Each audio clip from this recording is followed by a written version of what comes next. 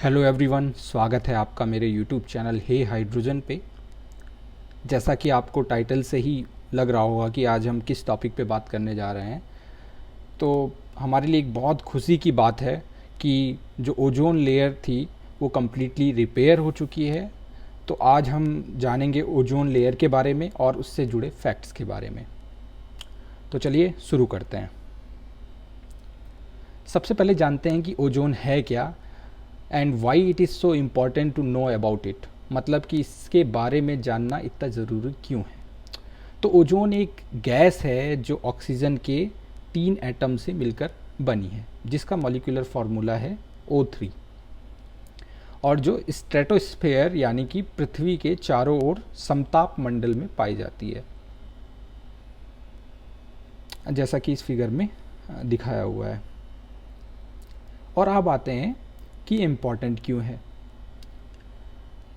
तो ये जो लेयर है ओजोन की, ये एक बला यानी कि आफत को पृथ्वी पे आने से रोकती है, और ये आफत है अल्ट्रा वायलेट रेडिएशन या फिर यूवीआर, जो कि सूरज से निकले इलेक्ट्रोमैग्नेटिक रेडिएशन का एक पार्ट है, जिसके बारे में मैं ऑलरेडी एक वीडियो में बता चुका हूँ। अब आते हैं कि अगर ये आफत यानी कि अल्ट्रा वायलेट रेडिएशन अर्थ के एटमॉस्फेयर के अंदर आ गया तो क्या बिगाड़ लेगा अपना, क्योंकि अपन के चचा तो ठहरे विधायक। अब अल्ट्रा वायलेट रेडिएशन बोलता है कि बेटा, अगर हम अर्थ के सरफेस तक आ गए ना तो हम आपको देंगे एक बढ़िया सा तोहफा, जिसके अंदर होंगी ढेर सारी स्किन रिलेटेड बीमारियाँ। फिर चाहे तुम्हारे चच्चा विधायक हों या प्रधानमंत्री, अपन डरता नहीं है। तो ओजोन दादा बोलते हैं कि फिकर नॉट, अपन जब तक जिंदा हूँ तब तक तुमको गिफ्ट नसीब नहीं होने दूंगा। अब का हम लोग तो ठहरे एक नंबर के लालची, हमको तो वही गिफ्ट चाहिए जो अल्ट्रा वायलेट रेडिएशन हमें देना चाहता है। तो हम बन गए खलनायक। अब आगे की कहानी में क्या होगा, ये जो खलनायक वाली स्टोरी है वो हम आपको सुनाएंगे बाद में। उससे पहले जानते हैं कि ये जो ओजोन दादा हैं ये हमें गिफ्ट काहे नहीं लेने दे रहे भैया, क्या बात है।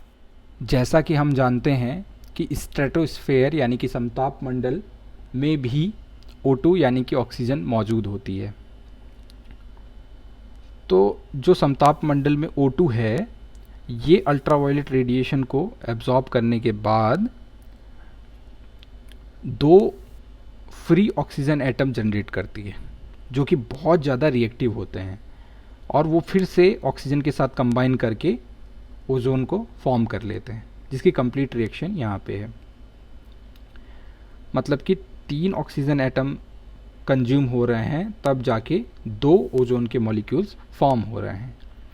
तो जो ये ओजोन का मॉलिक्यूल है, ये अल्ट्रावायलेट रेडिएशन की वाइड रेंज को ईजिली एब्जॉर्ब कर लेता है। एब्जॉर्ब करने के बाद क्या होता है, एब्जॉर्ब करने के बाद ये एक ऑक्सीजन मॉलिक्यूल और एक ऑक्सीजन एटम में ब्रेक हो जाता है और रिलीज करता है हीट। मतलब कि अल्ट्रावायलेट रेडिएशन को एब्जॉर्ब करता है और हीट रिलीज करता है। तो यही साइकिल चलता रहता है, ओजोन से ऑक्सीजन, ऑक्सीजन से ओजोन। तो इस साइकिल में अब गड़बड़ हुई कहाँ पे, मतलब कि ऐसा क्या हो रहा है जो इस साइकिल को डिस्टर्ब कर रहा है। तो आइए वो भी देखते हैं। जैसा कि मैंने बोला कि ओजोन और जो फ्री ऑक्सीजन एटम है वो हाईली रिएक्टिव होते हैं। तो ये नाइट्रोजन, हाइड्रोजन और क्लोरीन और ब्रोमीन जैसे कंपाउंड्स के साथ ईजिली रिएक्ट कर जाते हैं और ये साइकिल को ब्रेक कर देते हैं, साइकिल को डिस्टर्ब कर देते हैं। अगर ये चीज़ें स्ट्रेटोस्फेयर में मौजूद हुई तो अब ये स्ट्रेटोस्फेयर में पहुंची कैसे। तो इनको पहुंचाने का काम कभी कभी नेचर करती है और कभी कभी नहीं, ज़्यादातर हम लोग ही करते हैं। तो अब आप पूछेंगे कैसे। जैसे कि हम लोग घरों में, गाड़ियों में, ऑफिसेज़ में, सब जगह एसी यूज़ कर रहे हैं। एसी से एक गैस निकलती है जिसको हम बोलते हैं CFC या फिर क्लोरोफ्लोरोकार्बन गैस, जिसको इनिशियली माना गया कि ये बहुत ज़्यादा ख़तरनाक नहीं है, क्योंकि नेचुरली जो ये है, ये जो गैस है, ये हार्मफुल नहीं होती है। लेकिन अगर ये स्ट्रेटोस्फेयर में पहुंच जाती है तो ओजोन के साथ इजीली रिएक्ट कर लेती है और साइकिल को ब्रेक कर देती है। और भी बहुत सारी इंडस्ट्रीज से निकलने वाली गैसेस हैं जो ओजोन लेयर को नुकसान पहुंचाती हैं। तो अब जानते हैं कि अगर ओजोन लेयर पतली हो जाए या उसमें होल हो जाए तो क्या होगा। Means what will happen if ozone layer becomes thinner और there is a hole in the layer. जैसा कि मैंने पहले ही बोला है, अल्ट्रावायलेट रेडिएशन अगर अर्थ सरफेस तक आ जाएगा तो ये हमें गिफ्ट देगा। वो कैसे, वो भी देख लेते हैं। तो अल्ट्रावायलेट रेडिएशन को 3 पार्ट्स में डिवाइड किया गया। पहला है UVA, जिसका वेवलेंथ है 315 नैनोमीटर से 400 नैनोमीटर तक। दूसरा है अल्ट्रावायलेट बी, जिसका वेवलेंथ है 280 नैनोमीटर से 315 नैनोमीटर तक। तीसरा और आखिरी है अल्ट्रावायलेट सी, जिसका वेवलेंथ है 200 से 280 नैनोमीटर तक। अल्ट्रावायलेट ए की खास बात है कि ये 90 to 90% अर्थ सरफेस तक आ जाता है, जिससे कि ओजोन लेयर भी फिल्टर नहीं कर पाती है, और ज़्यादा देर तक इसके प्रभाव में रहने से स्किन एजिंग और टैनिंग जैसी प्रॉब्लम्स हो सकती हैं। इसकी खास बात है कि ये ग्लास के थ्रू भी पास हो सकता है। मतलब कि अगर आपके घर में कांच की खिड़कियां हैं तो अल्ट्रावायलेट ए उसमें से पास कर सकता है। दूसरा है अल्ट्रावायलेट बी, ये भी 1 to 10% तक अर्थ की सरफेस तक आ जाता है। अच्छी बात यह है कि ओजोन लेयर इसे 90% तक स्ट्रेटोस्फेयर में ही रोक लेती है। इसकी वजह से भी सनबर्न और टैनिंग, फोटो एजिंग और स्किन कैंसर जैसी खतरनाक बीमारियां भी हो सकती हैं। अच्छी बात यह है कि ये ग्लास के थ्रू पास नहीं हो पाता है। तीसरा और आखिरी है अल्ट्रावायलेट सी। ओजोन लेयर इसे कंप्लीटली स्ट्रेटोस्फेयर में ही रोक लेती है, लेकिन अगर ये किसी तरह से, जैसे कि मैंने बोला कि अगर होल हो जाए तो अल्ट्रावायलेट सी भी एटमॉस्फेयर में आ जाएगा, जिसकी वजह से सनबर्न और स्किन कैंसर जैसी भयानक बीमारियां हमें हो सकती हैं। और कोरोना काल में जिस अल्ट्रावायलेट लाइट से सब्जियों या फिर किसी वस्तु को सैनिटाइज करने की बात चल रही है, ये वही अल्ट्रावायलेट सी है जो आर्टिफिशियली जर्मिसाइडल लैम्प्स के रूप में प्रयोग की जा रही है।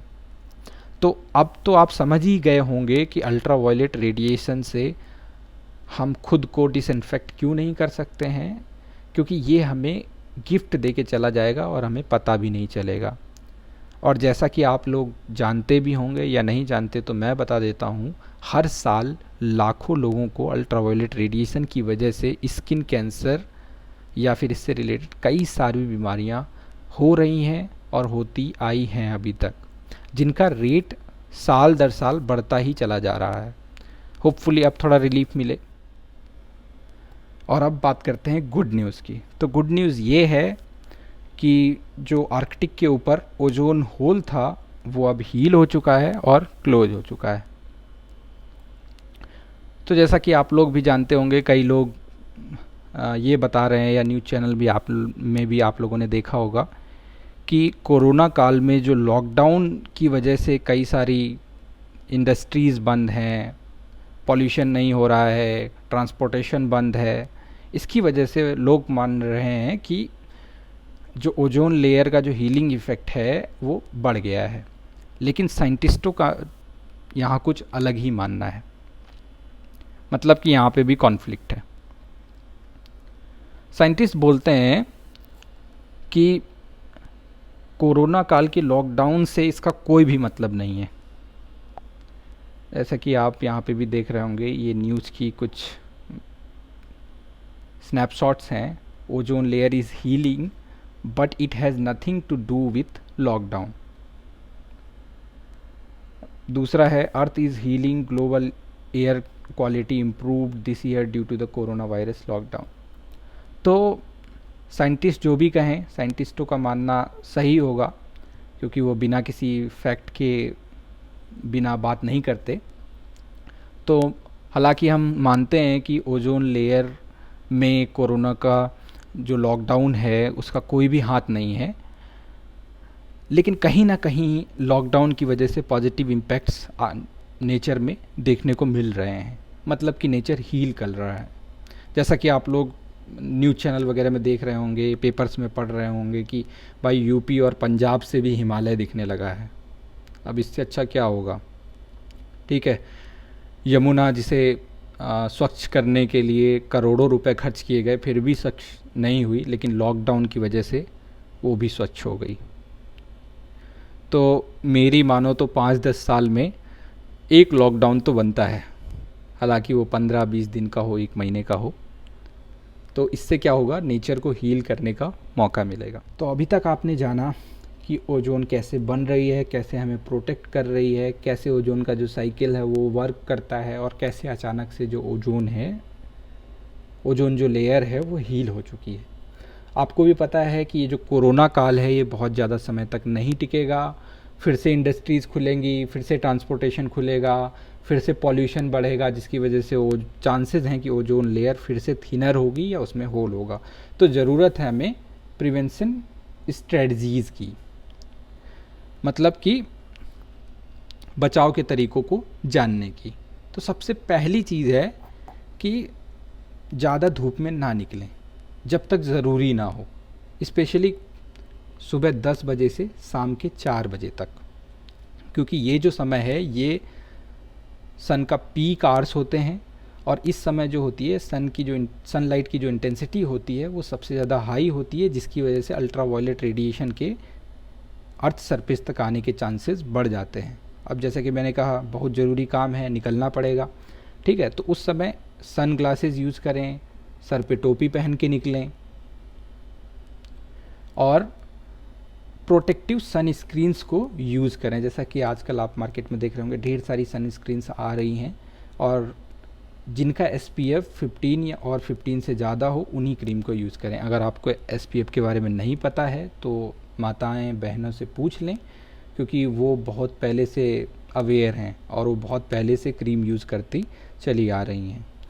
और अगर उनको भी ना पता हो तो कमेंट करें, हम कोशिश करेंगे वीडियो के थ्रू बताने की। और जैसे कि आजकल आप देख रहे होंगे कि जो इनके आर्टिफिशियल सोर्सेज हैं अल्ट्रावायलेट रेडिएशन के, वो हैं डिसइंफेक्टेंट यूनिट्स। तो जब भी आप डिसइंफेक्टेंट यूनिट को यूज़ करें तो सावधानी से करें।